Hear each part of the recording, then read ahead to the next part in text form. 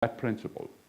It's a legislative report. It's dealing with the shadow banking sector, especially hedge funds and private equity. And the first paragraph upon which there's a broad political agreement in the European Parliament is that every player should be covered now from the future well-functioning regulation. The second point is to ensure a level playing field and high prudential standards among all financial actors. Third thing is transparency, not only by talk, but also by practical, concrete obligations on regularity, on precise information to the supervisor and monitoring actor, as well as every information, what's on and what's off the balance sheets. It should be, in my mind, it should be impossible in the future to operate off balance sheets. And we must introduce clearing houses on complex instruments so that the market can respond and we can see what's up and down on the pricing. Number 4 is regulating must include counter-cyclical capital requirements, as I said to you. And it was very interesting for me to see that Joaquin Almunia introduced recently, 2 weeks ago, this idea, as well as the General Secretary from the Basel Committee dealing with a so-called Basel III regime, if you like. He said, and correctly so, that the capital requirement will be a very essential reform key to understand what's coming out of the new financial board, which you know have been established.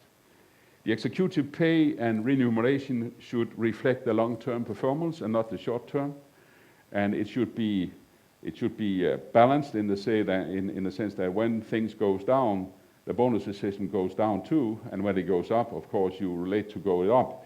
But it should be systematically balanced, as I mentioned to you. Conflict of interest, clear enough. Citizens' rights, consumer protection, clear enough.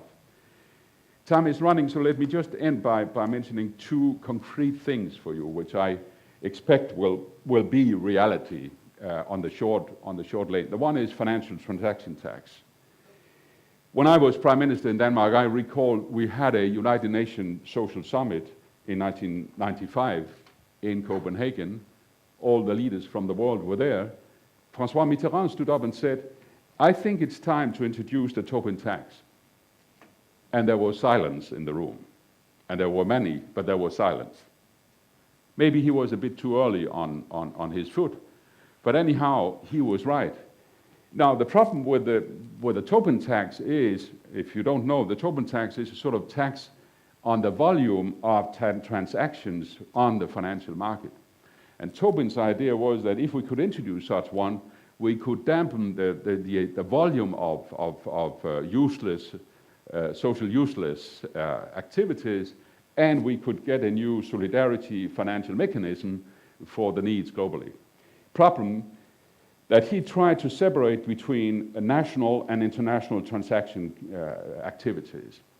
This new financial transaction tax we're introducing now is taking the learn from all we have been through.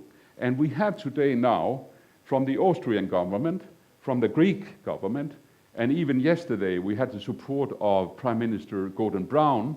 I've been talking to him, and I really want to hail him for this courageous speech he made yesterday on supporting the thinking of financial transaction tax.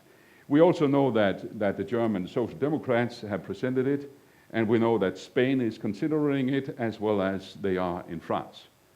We know that several studies have confirmed that this financial transaction tax is well done. I've been working with it in 1.5 years now, and if you want to have it, you can have a very well and careful made study with all you could say tests went through, where we try to test what will be the reaction pattern from the different actors on the financial market.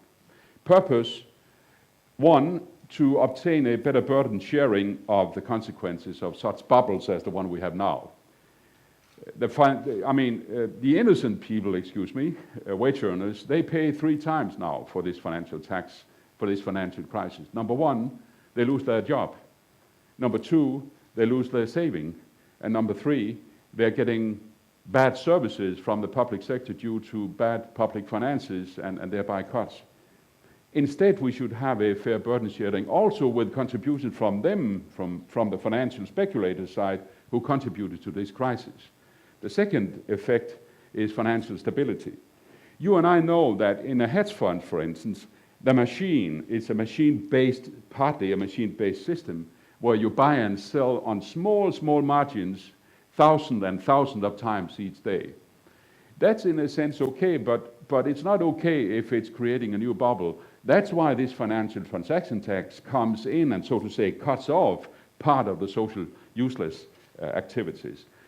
Last point is the long-term investment effect. You could say that this financial transaction tax will also promote such a thing.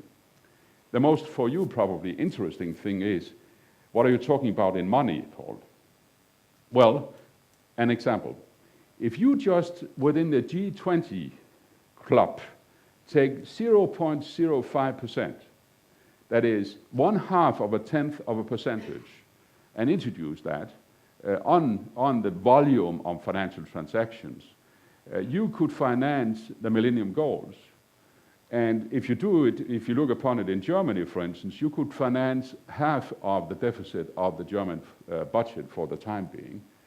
So you can easily see that we're talking about big money here, and we are, in these calculations, also taking account on the reaction pattern from different actors. Second point, and I end up here, is just the new directive which have been proposed from the Commission on hedge funds and private equity. We call it Alternative Investment Fund Managers Directive. This is under negotiations now. I have been speaking with 200 CEOs in London City recently and explaining the ideas and the purpose. And I can tell you that it's not in London City I'm getting most of my votes. They don't like it, they're against it. And I've said to the shadow banking sector in the city, I don't know and I don't understand why you are so afraid. If you are as effective as I agree you are, what are you afraid of? We're talking about a level playing field. We're talking about transparency. We're talking about counter-cyclical operations, which you have yourself an interest in also. And we're talking about a stronger competition, which you yourself also must have an interest in. So you see, it's going to be uphill, it's going to be a long fight, but we're going to do it. Just to illustrate, finally, the Swedish government, by its minister, Mats Odell, have now introduced a paper. You can have it if you like. I got access to it 2 days ago. In this paper, I have never seen a presidency making a paper on such an important proposal with such devastating consequences. All which has to do with regulation in this Alternative Fund Manager Directive is out. The idea of having a passport for all the hedge funds and private equity to the whole European Union is out. The idea of having systematically claims on transparency is out. The idea of having co-financing from the fund managers, so at least they have their skin in the game, is out. So you see, the EQT in Sweden, owned by the Wallenberg family, have done a good job until recently.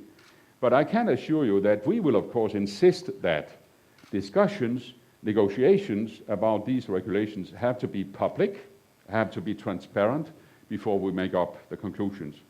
They know in the European Parliament, they know in the government, and luckily we have a very, very strong media who I guess will follow all these issues. Thank you very much.